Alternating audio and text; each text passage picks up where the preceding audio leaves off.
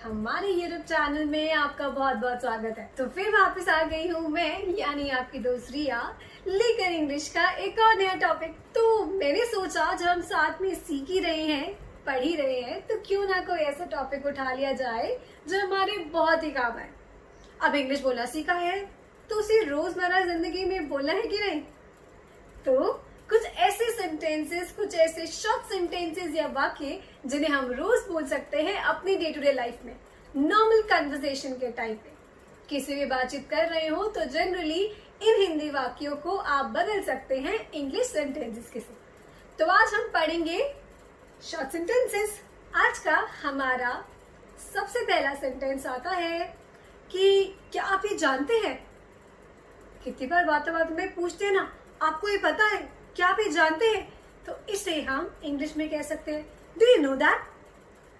अगर मैं इसे सेंटेंस में यूज करके दिखाऊं तो हम कह सकते हैं, क्या आपको पता है कल 7 वाले बैंक में चोरी हो गई थी?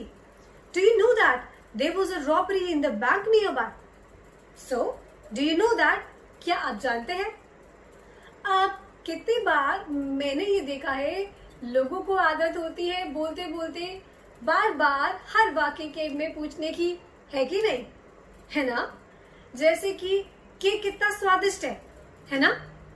तो इस है ना को हम इंग्लिश में बोल सकते हैं, isn't it?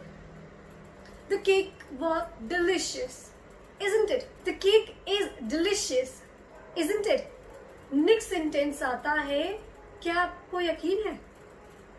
Are you sure about it? जैसे कि कल बोर्ड का रिजल्ट आएगा, क्या आपको यकीन है इस बात का?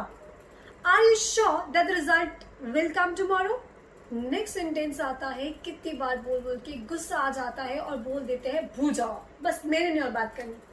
तो भूल जाओ को क्या बोलेंगे? Forget it। कोई बात कर रहे हैं और सामने वाला सुन नहीं रहा और थोड़ी देर बाद फिर से पूछते हैं, क्या दोबारा बोलना? आप उस समय क्या कहते हैं? Forget it। ठीक है, भूल जाओ की जगह forget it। I am not going to repeat the sentence। मैं नहीं अभी बात दोहराने वाली। और कभी लड़ाई हो जाए तो कितनी बार बोल देते बस बहुत हो गया। तो अब हम इसे इंग्लिश में बोल सकते हैं, इनफ इज इनफ, मतलब बहुत हो गया।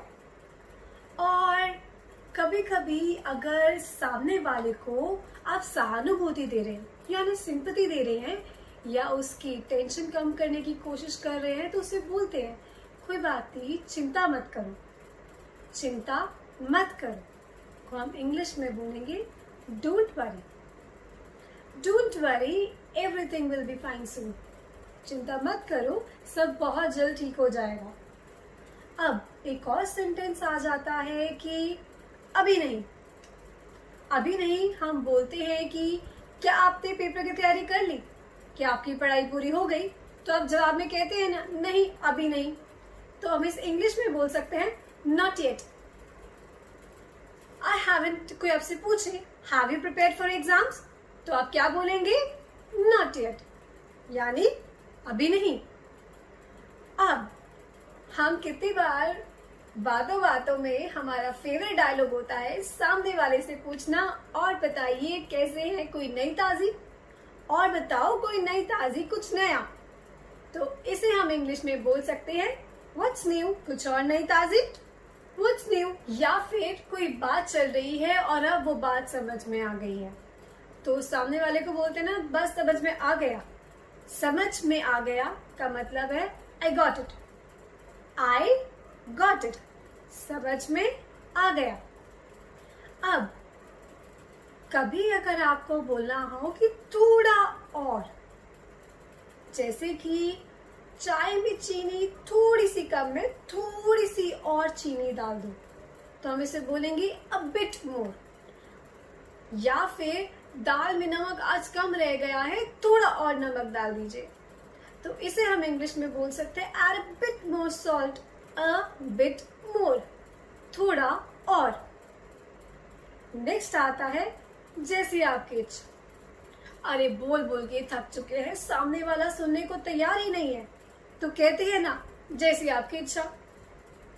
तो इसे हम इंग्लिश बोल सकते हैं, एज योर विश। ठीक है। नेक्स्ट सेंटेंस आता है, आपसे मिलकर मुझे बहुत खुशी हुई। आपसे मिलकर मुझे बहुत खुशी हुई, इस वाक्य को हम इंग्लिश में दोहराते हैं। It was nice meeting you. It was nice meeting you. अगला सेंटेंस, मैं मजाक कर रही थी। सामने वाले को बुरा ना लग जाए, मजाक करने के बाद हम बात को टालने के लिए बोल देते हैं ना, मैं मजाक कर रही थी। तो मैं मजाक कर रही थी या मैं मजाक कर रहा था तो हम इंग्लिश में बोलेंगे आई वॉज जस्ट किडिंग। मैं तो मजाक कर रही थी।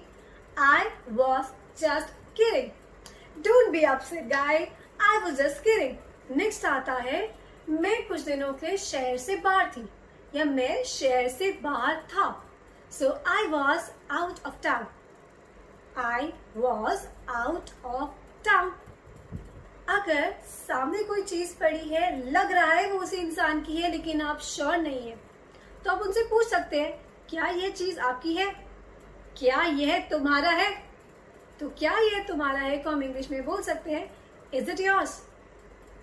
इमेजिन करो आप चेयर पे जाके बैठने लगे हो, वहीं पे किसी का पर्स पड़ा है, तो साथ वाली महिला से पूछ लीजिए इज इट योर्स, मतलब क्या यह तुम्हारा है। ऐसे ही कुछ और शॉर्ट सेंटेंसेस और कुछ और इंग्लिश की बातें लेकर हम जल्द वापस आएंगे अपनी अगली वीडियो में।